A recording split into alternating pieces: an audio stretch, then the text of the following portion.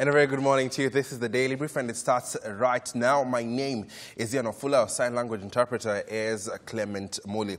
Let's now begin by taking a look at some of the top stories that we are following this morning.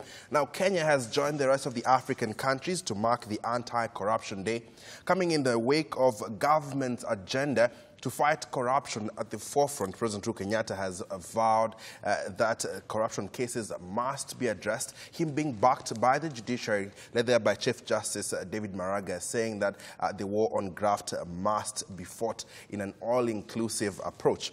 So we shall keep you up to speed about that, and of course we shall be talking about some of the cases that have been making headlines over the past few weeks. We're also looking at Interior Cabinet Secretary Dr. Fred Matiang'i is expected to appear before the Senate committee, which has been probing the Solai Dam tragedy. Actually, last week it emerged that that particular dam had been operating illegally. We saw quite a number of arrests being made, including the owners and some of the directors of that particular dam. So we shall keep you up to speed on that as well. And of course, cross over there to take a look at some of the questions the Cabinet Secretary will be taking. Meanwhile, Nandi Hills Member of Parliament Alfred Keter is set to know his fate today. That is when the Court of Appeal will decide either to uphold the High Court ruling which had nullified his election, or go ahead and actually cancel that particular ruling. In the meantime, schools unrest still continues to be of concern within the Ministry of Education and the nation as a whole.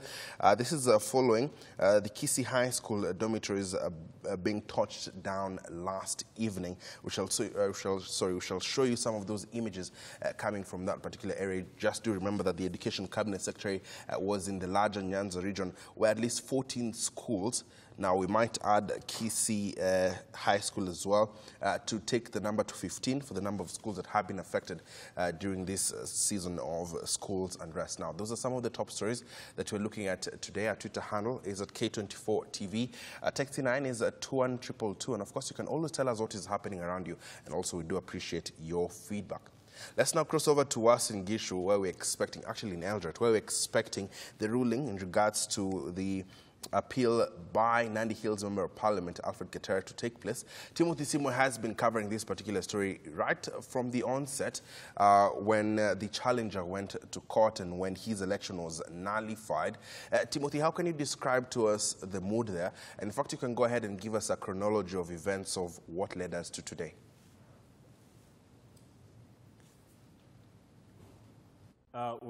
Good morning, Ian Wafula. Actually, we are in the court chambers of the Court of Appeal in Eldoret, and of concern today is the ruling by this court this afternoon, when the Member of Parliament for Nandi Hills, that is Honorable Alfred Keter, will be knowing, or rather waiting to see what will be the outcome of his petition. This is when he challenged the High Court ruling that nullified his election of August 8th. As you said, the chronology has been that on 9th, or rather in March this year, the High Court in Eldoret nullified Alfred Keter's victory. That was Justice Kanyeki Mondo, on the grounds that the MP was found to have campaigned within time that was not actually allowed by the IEBC, and this of course led to the nullification of that victory. And of course the petition in this case was one Mr. Bernard Kitur.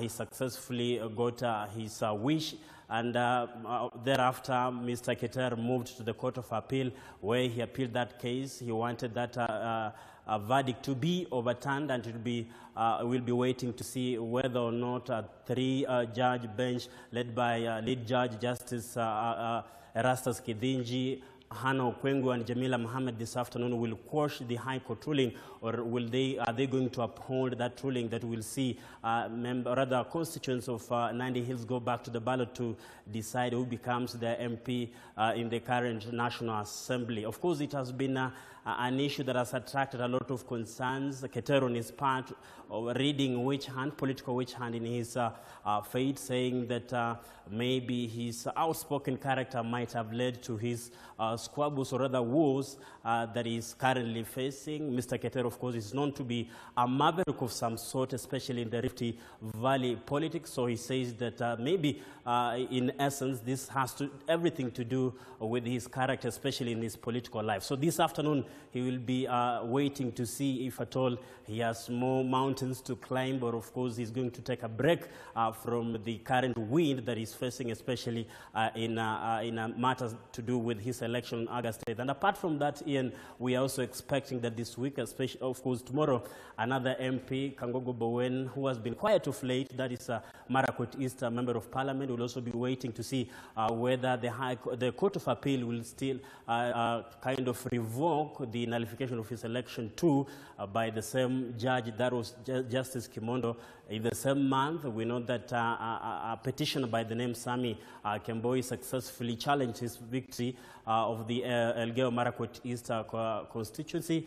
And of course, he also moved to court to seek another maybe version of the from the legal chambers. And of course, the same three-judge bench will be delivering a verdict tomorrow. And of course, later in the week on Friday, we're also expecting that that is women, rather the Turkana County women representative will be awaiting also to see whether the court will reinstate her victory. Of course, we know that her victory was equally successfully challenged, was nullified by a court in Lodwar. So on Friday, she also will be waiting to see whether or not her victory will be reinstated by these court chambers on Friday. But in the meantime, Ian, of course, having moved around town, we can see that wananchi are moving around just to see how the mood looks like. Initially, we had been informed that the ruling will be delivered in the morning, but having talked to the registrar of court this morning, she did actually make it clear that the ruling will be delivered this day at 2:30 p.m. So until that time, Ian will be waiting to see what the courts have in store for both petitioner and the respondents, who is Mr. Bernard Kitur, the petitioner, and the first respondent, Mr. Alfred Keter.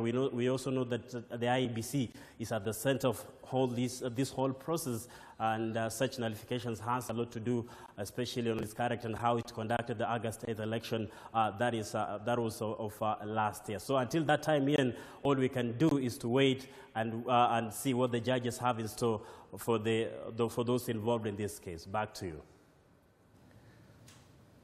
Okay, thank you very much. A busy day indeed on the corridors of justice in Eldoret.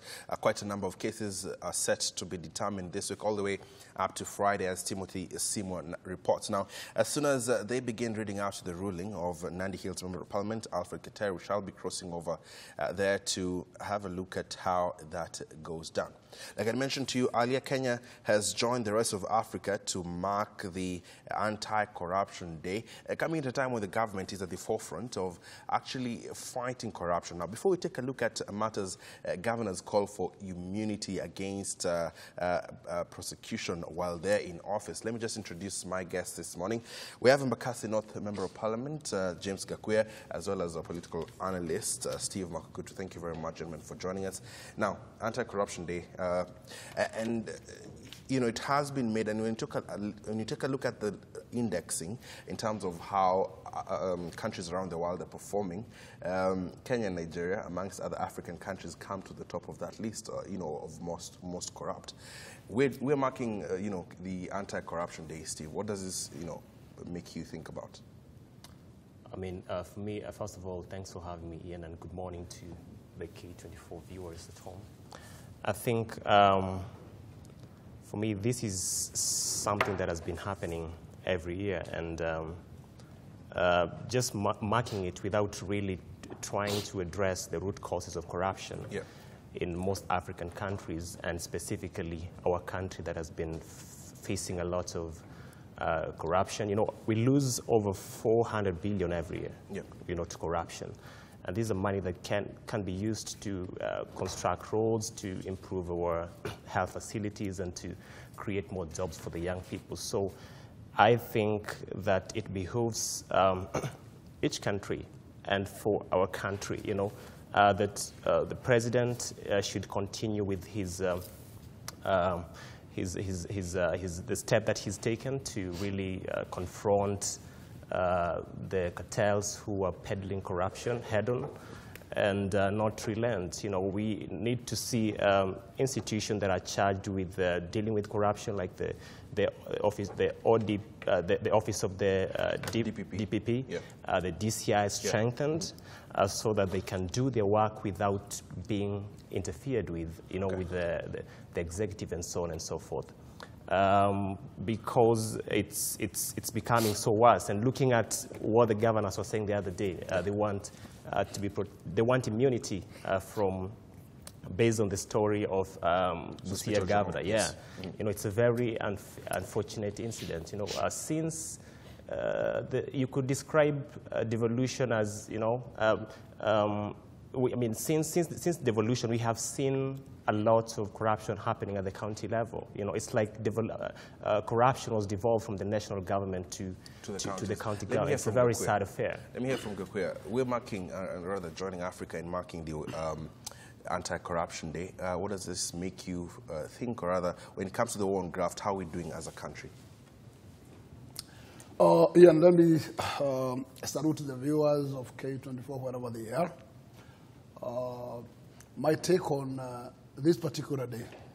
Let me say that, in fact, Ian, corruption in Africa is purely created from top.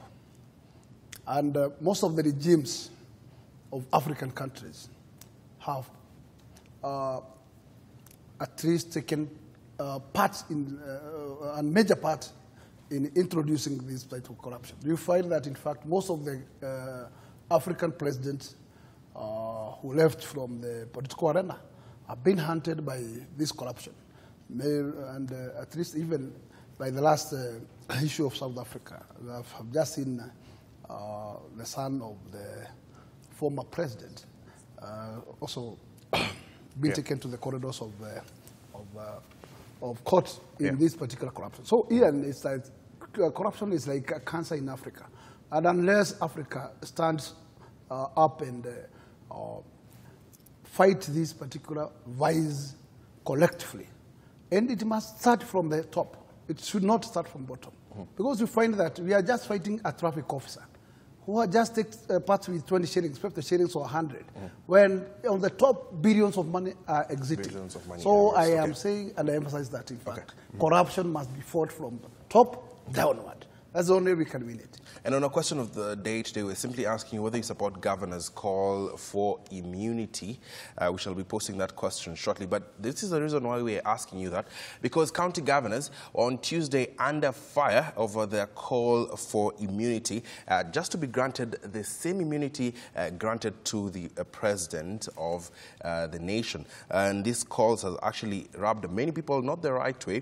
But however, governors say instances such as how Sospita Jamong of Busia was arrested was sort of humiliating, and they want that to stop. Take a look at this. The best practice in jurisdictions that are devolved is that the heads of both levels of government have immunity on civil and criminal proceedings while they are in office. You see how crazy people have become? Governments are expected to be accountable, open and responsive to citizens. And governors' demands for immunity against prosecution now raises a new power struggle, pitting them against some of the other elected leaders who feel the governors are running away from their responsibility. I'm sorry to tell the governors of this republic that they do not enjoy that status that is enjoyed by the head of state, because the deputy president of this republic does not enjoy that immunity too. I want to encourage the agencies dealing with these people to move with speed and conclude the investigations they are currently undertaking and take to court all these characters, be they in the national government or in the county government. Sentiments backed by Senate Public Accounts and Investments Committee Vice Chairman Mithika Linturi, who said granting governors immunity from prosecution will be the height of impunity in the wake of increased cases of reported corruption in the counties. The pending bills in our counties stand at 99 billion is the reason why we should not allow governors to have any kind of immunity. Because they made themselves procurement officers, they made themselves the accounting officers. We want the governors, both serving and the ones who are out of office, prosecuted, because we want to give confidence to devolution. The legislators urged the governors to allow the rule of law to prevail, further demanding accountability for the over 1.2 trillion shillings disbursed to counties since the advent of devolution. For the first time, the DPP has given us, the Senate, a boost because we were almost giving up. We have seen convictions in some like Nyeri and Bungoma where only small fish was convicted. We want to see the governors who give instructions express to county officials to be also convicted, and that is when we will succeed in fighting against corruption. The Council of Governors had on Monday accused investigative agencies of plotting to humiliate governors linked to corruption, following the arrest and subsequent prosecution of Busia Governor Sospita Ojamong. If one of their own has been challenged, let them say that Ojamong is innocent until proven otherwise. Not to say he should not be charged in court or to suggest that the counties are granting to a halt. Because the Constitution envisioned that even in their absence, when they are sick, a deputy governor would take over.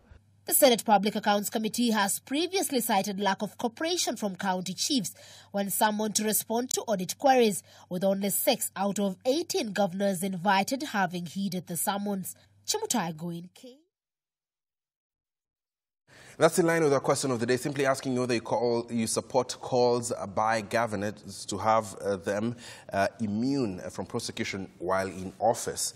And let me just introduce Joe Mutambo, former Mwingi Central Member of Parliament. Thank you for joining us, Joe. Thank you. A statement read out by the Council of Governors that seemingly has rubbed off, especially members of Parliament, the wrong way, without forgetting even the public. What is your immediate take? Not even the members of Parliament. Yeah. Somebody needs to tell the governors that there's a difference between God and gods. I heard somebody referring them, saying that they also run governments. I need them to understand there's a difference between county government and a national government. They cannot compare themselves with the presidency of the Republic of Kenya. They do not have any resources by themselves. Whatever they spend, they are given from the national government.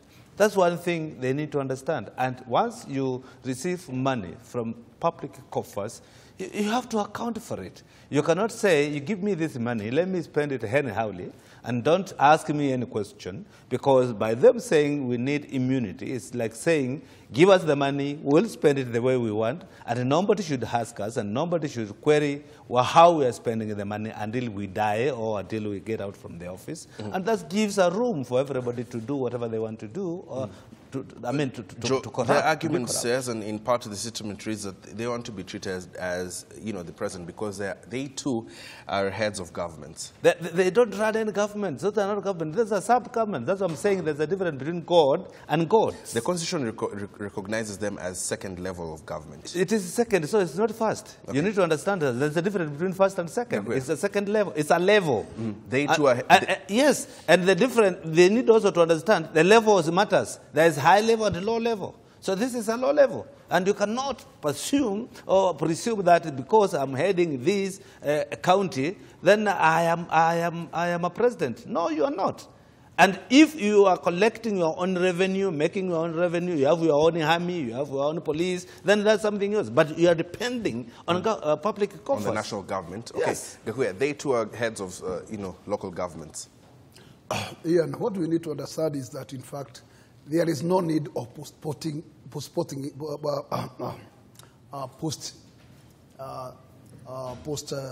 issues. Yeah. Postponing issues of crime that happens today until when you exit from this position. That is, I think that is... So whether they're prosecuted now or later, it's still the same? Yeah, so therefore, I think that, in fact, the route they're asking to go is not fair to even to themselves, because it's better we deal with matters when you're in office.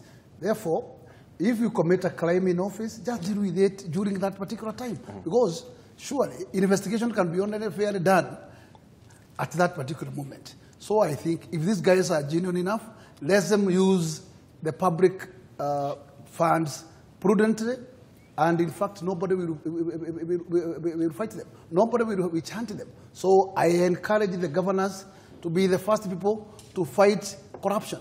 Let them be related.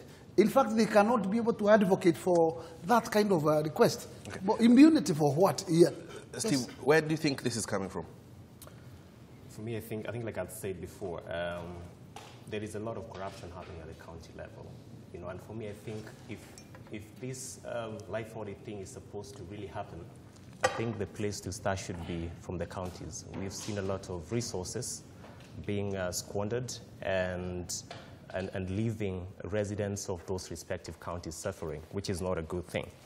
And also wanted to add that this is setting a very bad precedence, you know, for the youth of this country. So we will grow knowing that, you know, you can steal a lot of money and still get away with it, and that's a wrong example they're setting for the youth of this country. I think they should lead by example, and like I said before, I'm going to again repeat that the DPP and the DCI and ESCC should continue doing their job uninterrupted. You know, if a governor is found guilty of stealing the public resources, they belong to the jail. I mean, they should be investigated, and if found guilty, they should go to the jail. I mean, nobody's above the law.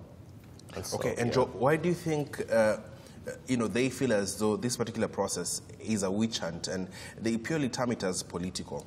They are not thinking.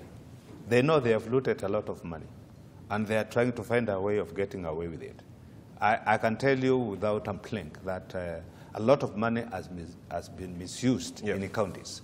We know this for a fact. I mean, we live in this country. We know somebody running for an office, driving a pickup, and after 3 or 1 year, he's up there. He has built a mansion. Where did he get this money from? And this is the kind of things we are talking about. So whatever they are trying to do, they are trying to preempt what they have done. I was the first person to raise the flag, and I said, Kenyans, you will not be able to afford the kind of monsters we are going to create. We created 47 monsters in this country. There are 47 counties we cannot afford, and up to today, Kenyans, you will never afford. You like it or not, hate Mutambo or not, you cannot afford 47 counties in this country. I'll keep on repeating, because a lot of money is going to waste. You better have 1 or 2 thieves or 10 thieves, other than having 47 thieves. Whatever money we are collecting is going to thieves, and they are taking it home. Like it or not, hate me or not, that is the position. But Joe, that is a bit weird, because there are systems in place that should keep the governors Let in me check. tell you, those systems are there. And also the members of county assembly. The systems are there, and they are also, you need to understand the criminology and the technology goes together. So whether there are systems or not, they will still avoid those systems, and they take away money. You have seen it happen in this country. When the systems are there, you want to tell me when the money were being stuck in bags, there were no systems? There were systems. Systems are there. Laws we have in this country. It's not that we do not have laws. We do have laws. But do we have credible Kenyans who can take care of our country? The answer is no. So if you create these monsters, Kenyans, you do it at your own peril. So Joe, what are you saying here? Because systems have to be run by people. System has to be run by people. Yes. But if we look at the systems, the one we have today, and we cannot afford to fund them, why don't we have a linear number, which you can afford? I'm saying, and I want to be on the record, you better have 3 or 4 or 5 thieves than having 50 thieves. Because there's still more. Let me, Gakuya. Moesh should tell us how should we conduct our services, because this is a constitutional creation. And the main purpose of creating this 47 number of counties was clearly to bring service closer to Wanjiku. And division of resources. Yes, and let me tell you, it is out of a political high hope that actually... What you need to understand, but I bringing think that level... Hold on, Joe. What Mutambo is simply saying here, it is even the counties are unsustainable for our country in the first place, even before we talk about the graft that is happening at the county level. If we are going to talk about that, in fact, the counties are unsustainable, that's a complete different idea from corruption. From corruption. He says we'd rather have 5 thieves instead you can have these counties 47, yes? and at least use money prudently. But we can say there is a scarcity of resources to enable them thrive. That is totally different from stealing. Okay, let me come to you, Steve first. Joe first and then Steve again. Mheshimiwa, with a lot of respect to you, what you need to understand is the level of mismanagement of our resources in our country. And the more we keep on adding more units, the more we keep on misusing those resources. This is what I'm saying. But you need to have a higher IQ of brain to understand what Mutambo is saying. When you say you want to bring services close to the people, that having 20, 50, 100 counties does not mean you are bringing services closer to people. Every constituency is represented. You are a member of parliament. I have been a member of parliament, and you can bear me witness. Actually, the only viable project, and I give credit to CDF, it is closer to the people. The lowest unit of administration is a ward. It is well represented. The more you put all these governors and you give them money to manage, it will go to waste. Your statement earlier, Steve, was that we have devolved corruption. Maybe your statement and taking in line of what Joe is making, what are your comments? Great. I think I want to build up on that as I disagree politely with the two Ashimiwas. I think it's not that we are not able to sustain these 47 counties. You know, there's a lot of money that is being mismanaged and that is going into the hands of very few individuals at the county level. So if this money can really be used in the manner in which it has been intended, you know, to support development and just growth of the counties and improving the livelihoods of the Kenyan people, then we can have a very developed country. And so for me, I think it's about integrity issues, you know, and this behooves us as Kenyans. I hope that we are seeing how our leaders are trying to behave when they're in power. So come 2022, I think we must learn our lessons and use our votes wisely to elect leaders who are going to represent, I mean, to address some of these issues that we are facing as the citizens of this country. We're taking a short commercial break. We're taking a short commercial break. The worry coming from part of the panel is that there are actually no Kenyans of goodwill to fight corruption because they are the ones who run the very systems that, you know, set to address corruption. I shall come back for your reactions on that. This is the Daily Brief. We are following quite a number of things, including the fact that we are waiting to know the fate of Nandi Hills Member of Parliament Alfred Keter, following a Court of Appeal ruling set to be read any time from now to either uphold or quash the decision by the High Court to nullify his election. These and other stories right here on the Daily Brief. Stay tuned.